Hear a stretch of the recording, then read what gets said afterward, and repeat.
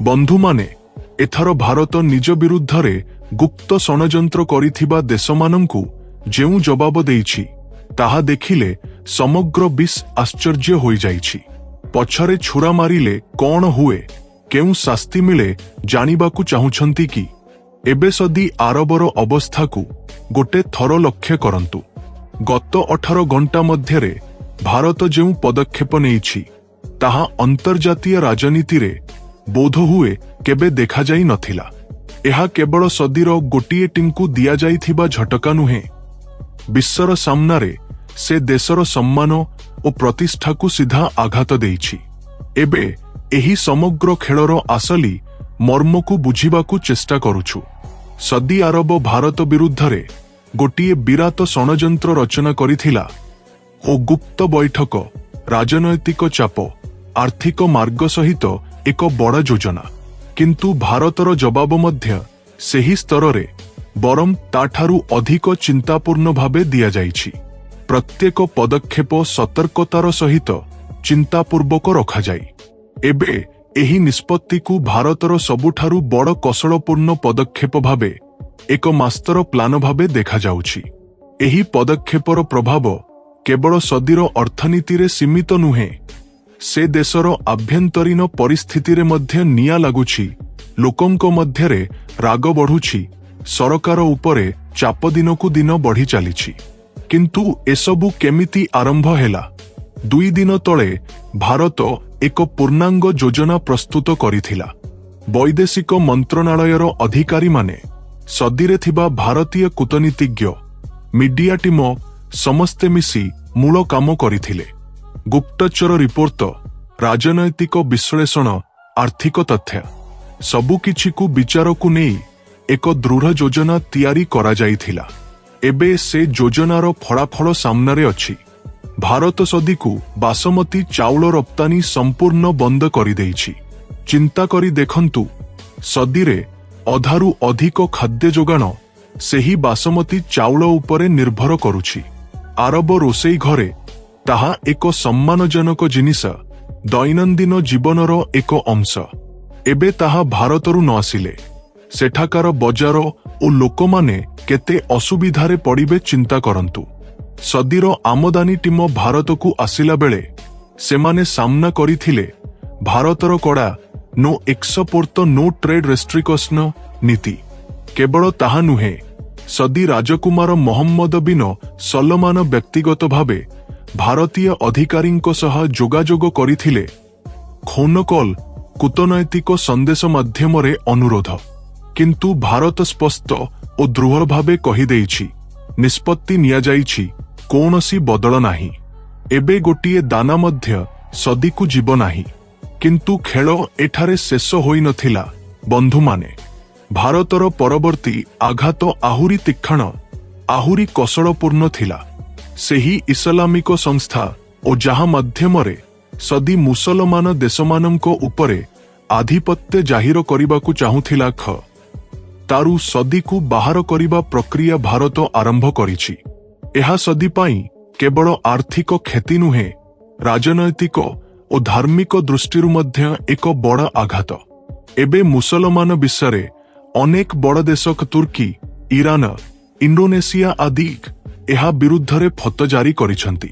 किंतु एबे आसली बड़ प्रश्न कौन जानिबाकु चाहुछंती? एही फतगुड़िकर आसली अर्थ कौन? मुसलमान देशमानंकरे काहीकि हठात विरोधर जय जळुछि? भारतर एही कौशलपूर्ण पदक्षेपगुड़िक भविष्यतरे केते गभीर और विस्तृत प्रभाव पकाइब? एही संपूर्ण रहस्य कहानीर प्रत्येक मोड़ एही भिडियोरे अछि। तेणु शेष पर्यंत देखंतु, प्रत्येक विवरणी जानंतु। किंतु ता पूर्वरु जदि आपण एही भिडियो देखुछंती, गोटिए सेकेंड नेई लाइक बटन दबांतु, चैनल को सब्सक्राइब करंतु। एहा द्वारा प्रत्येक भिडियो आपण प्रथमे देखि पारिबे। बंधु माने, विश्व राजनीति रे एक पुराना कथा अछि, शत्रु को केबे अणदेखा करंतु नाही। किंतु सदी आरब से कथा को संपूर्ण भूली जाइथिला परी मने हुए। एबे फड़ाफड़ देखंतु, भारतर देइथिबा आघातरे रियाद सहरर मूलदुआ हली जाउछि। प्रथम आघात कच्चा तेलरू आरंभ हेला। भारत स्पष्ट घोषणा कला, सदीर तेल आउ आम बंदर को आसिब नाही। चिंता करी देखंतु, सदीर अर्थनीति संपूर्ण सेही तेल रप्तानी उपरे निर्भर करुछि। भारत सबुठारु बड़ बजार मानक मध्यरु गोटिए ताहा हराइले एहा भूमिकंप ठारु कम नुहे। सदीरे आर्थिक विशेषज्ञ और सरकारी अधिकारी माने एबे स्टॉक मार्केट तळकु खसुछि और बजेट घातती बढ़ुछि बोली चिंता करुछंती, किंतु आसली झड़ ताठारु अधिक उठिछि। भारत हठात बासमती चाउल रप्तानी संपूर्ण बंद करिबार निष्पत्ति नेइछि। आरब देशमानंकरे से चाउल एक सांस्कृतिक प्रतीक, रोसेई घरे राजा परी। एबे ताहा सेठाकु न पहुंचिले सदी लोकंक दैनंदिन जीवन केमिति ओलटपालट हेबो चिंता करंतु। बजारे दर बढ़िबो, खाद्य संकट आरंभ हेबो। एही खबर जणा पड़िबा मात्रे सदीरे हटचट आरंभ हेला।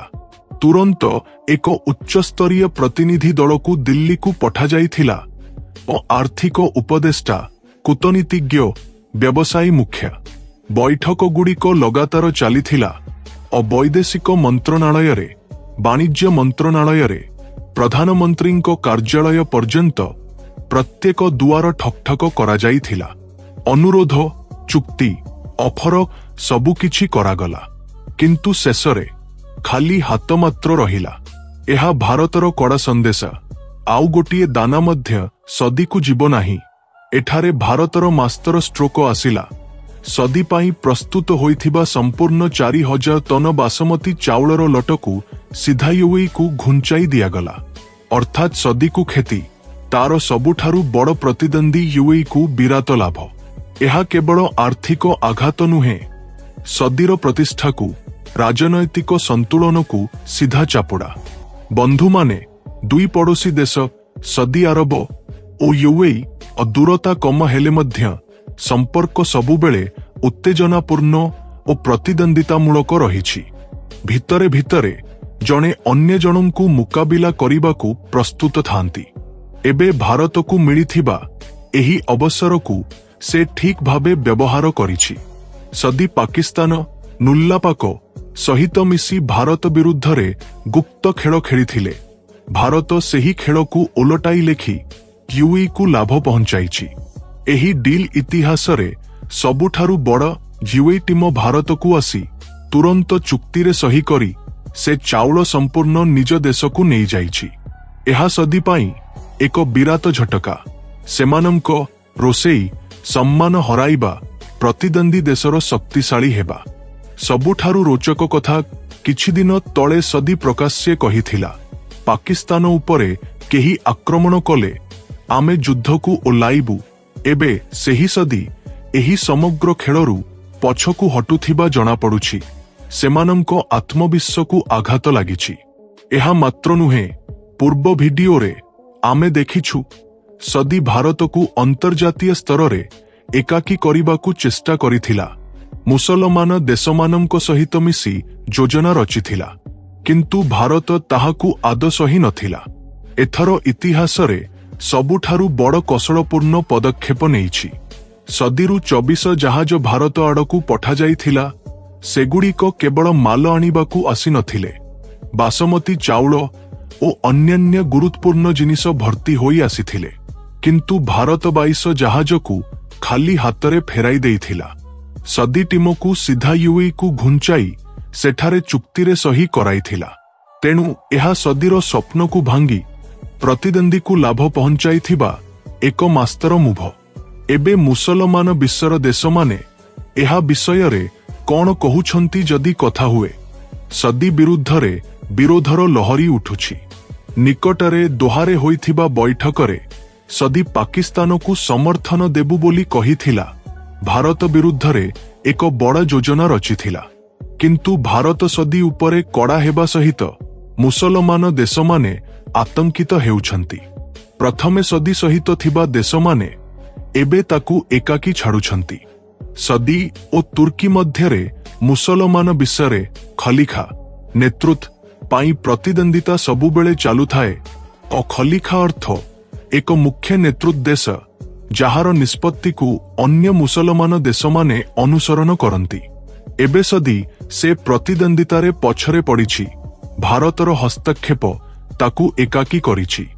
ବନ୍ଧୁମାନେ, ଏବେ ଚାଲୁଥିବା ଏହି ଖେଳ କୌଣସି ହଲିଉଡ ଥ୍ରିଲର ଫିଲ୍ମଠାରୁ କମ ନୁହେଁ।